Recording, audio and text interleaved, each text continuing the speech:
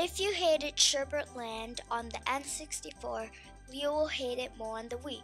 First of all, you'll have to deal with the slippery ice and all those annoying penguins. But if you fall into the cold water, it will take you an extra sec to get back on the track because of your cart will be frozen. If you can get past that, you'll be fine. Well, thank you for doing number 10, but I will take it from here. DK Summit is a normal track, but you have to be careful on some of the sharp turns so you won't fall into epitome. But if you want to take the risk on some of the sharp turns, there are half pipes that you can use to gain some more speed. Then after, you have to dodge some patches of thick snow that will slow you down while using boost to gain ahead of the other CPUs.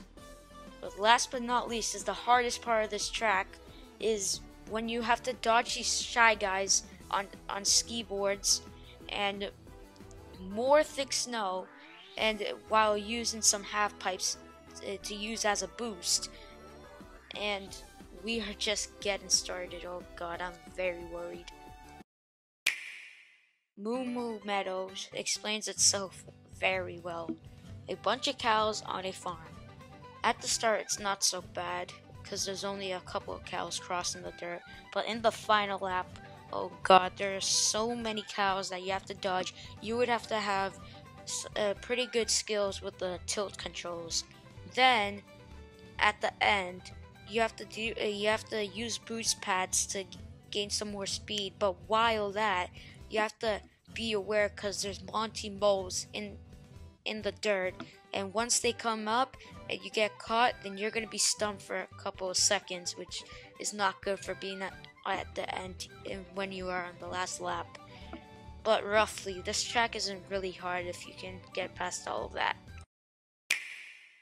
I can't believe a track from the Special Cup is this low on the list. But you still have to be careful of the sharp turns and dry ruins. And those half pipes won't even help you that much, because if you mess up, then you're just going to be stuck in the wall. And the sand in the pyramid, it slowly rises up each lap, which is also pretty cool too. Which means that you have to go on the sides so you won't get stuck in the sand, which will slow you down in the dune. Dry ruins, more like boring ruins, haha. That was my joke. Koopa Cape is one of those complex tracks with more sharp turns than all the tracks before, but I do like how they use the water to your advantage when you're inside the pipe and on the river, because it's really hard to try and control yourself, so you have to have pretty good handling in the water. But there are electrifying rings that are pretty hard to dodge once you're in the pipe, and they spin really fast, so unless if you want to take the risk and go through the water really fast and time yourself right to go through the rings, or just go on the side so the rings won't hit you. But if you get hit by those rings, then you're gonna be stunned and shrinked, which will lose your speed. And then at the end is that annoying waterfall, which if you don't have a boost or a mushroom or a bullet bill or a mega mushroom or star, then you're basically dead. Who else wouldn't put Wario's Gold Mine on the list? Now sure, there isn't as many sharp turns in this track, but when you go down those steep hills, it is pretty hard to control yourself without any guardrails, and if somebody pushes you off, you're done. And then you have to avoid a bunch of bats that will slow you down if you get hit by a bunch of them. Then you are in the actual mine with a bunch of mine carts that are going pretty fast, so you have to be pretty good at dodging them. And there's also a tiny little shortcut that you want to take, but you gotta time yourself correctly, or else you'll get hit by the cart and you might fall off and die, which is pretty dark. But then you go down another steep hill, which is not as steep as the first one. but still, you still have to control yourself pretty good. This is way more harder than Toad's Turnpike on the N64. All right, finally, we're at the final four on the list. Moonview Highway is literally compared to real life when it's Black Friday. Yes, it is that crazy. You can't even take a sec to look at the background and scenery because you got so much to worry about in the track.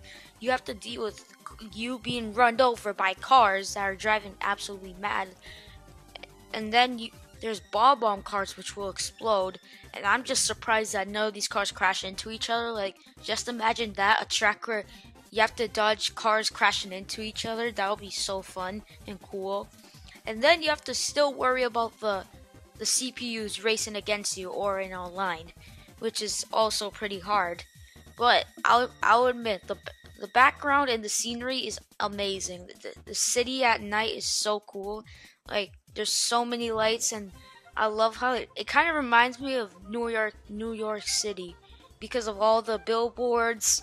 It's so cool, and all the cars, and you got crazy people driving. But I think, in my opinion, this is way more harder than Toad's Turnpike on the N64. Oh, finally. The first lap on Grumble Volcano isn't that bad, but on the third lap, half the track is gone! Then you got some fireballs landed on the track, and more fire enemies and lava. Like, all this track is literally red. Literally. You can't even take a second to breathe because you have to worry about so much stuff ahead of you. Like, if the fireball lands in front of you, you'll be stunned. If you're on the track that's gonna sink, you're gonna burn yourself to death, and then Lakitu will grab you back up. And I'm surprised this is even in the Special Cup. Again, this should have been taken out. This should have been in instead of Dry Hills. Like, why, Nintendo? Why? Well, now you know what's number one on the list, but let's talk about Bowser's Castle first. The first thing you have to encounter is a room with a vibrating floor, which you can do tricks off to gain a tiny bit of speed. Then you have to deal with so many sharp turns that if you mess up on one of them, you'll run straight into the wall, which will slow you down a lot, while dodging some thwomps that want to smash you into pieces. Then the coolest part of this track is this giant, and when I mean by giant, ginormous Mecha Bowser that's shooting fireballs at you, which is insane. And you have to dodge them by using these half pipes. But the hard part of this is because there's a gap between each half pipe, and if you don't aim yourself correctly on the next half pipe, then you'll fall straight into the lava and die, and Lakitu will grab you again. And I just think that this is the coolest Bowser Castle ever in Mario Kart. Well, big surprise, huh? But this Rainbow Road on Mario Kart Wii is the hardest out of this whole game. All because of so many parts that you have to deal with. The first thing you have to encounter is this massive steep hill that's even more steeper than Wario's Gold Mine, which is pretty surprising. And this is basically a death trap to all light characters because it's so easy to be pushed and fall off into deep space. Then you have to do some pretty sick tricks off to go onto the next part of the track, and then you have to go on this vibrating floor that keeps vibrating. You can do some sick tricks, but then there's this two massive holes that you have to be careful of because you have to be on the sides of it so you won't fall. But it's pretty tight because of the other racers, and they might push you around so you might fall. But then you have to, after that, there's this sharp turn that you have to deal with, and then you'll be shot off by a star cannon and go all the way up to the last part of the track. And there's these two separate paths that you can take, but none of them really benefit you though. But let me just say, the music and the scenery and just in all is just absolutely gorgeous. The music is really helps you like feel like you can complete this track, and it's the final track of Mario Kart Wii. It's so good, and I love how they add Super Mario Galaxy star bits. That is also a pretty cool Easter egg too.